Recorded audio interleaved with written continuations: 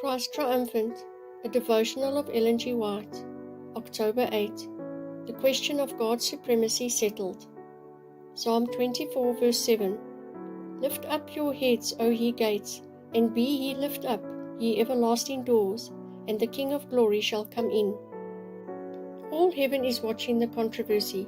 Here upon the earth Satan stirs up the enmity that is in the human mind to resist the salvation that has been brought to them at such an infinite cost.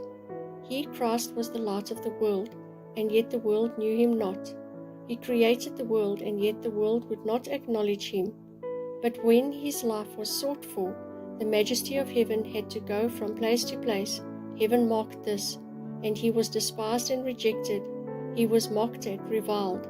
But when he was reviled, he reviled not again. But Satan did not stop his persecutions until Christ hung upon the cross of Calvary. All heaven and all the worlds God had created were watching the controversy. Would Christ carry out the plan he had undertaken to lift lost souls from the pit of sin? The great rebel was uprooted from the thoughts of everyone as they saw Christ's resurrection. The question was settled that the law of God was immutable and covered all that were in heaven and in earth and all the created intelligences. Christ was with his disciples 40 days and 40 nights, and then he was taken up from them into heaven, and the multitude of captives were with him, and a multitude of heavenly hosts was around him. And as they approached the city of God, the angel that was accompanying him said, Lift up your heads, O ye gates, and be ye lifted up, ye everlasting doors, and the King of glory shall come in. Now the Saviour is our intercessor, making an atonement for us before the Father, and that precious Saviour is coming again. When he cometh the second time, it is not to wear the crown of thorns, it is not to have that old purple robe placed upon his divine form. The voices will not be raised, Crucify him, crucify him. But there is a shout from the angelic host and from those who are waiting to receive him.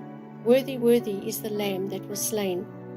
A divine conqueror, in the place of the crown of thorns he will wear a crown of glory.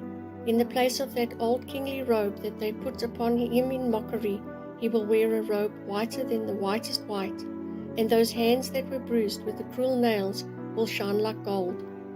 The righteous dead come forth from their graves, and they that are alive and remain are caught up together with them to meet the Lord in the air. And so shall they ever be with the Lord.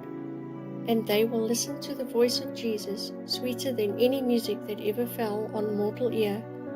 Come, ye blessed of my Father, inherit the kingdom prepared for you from the foundation of the world.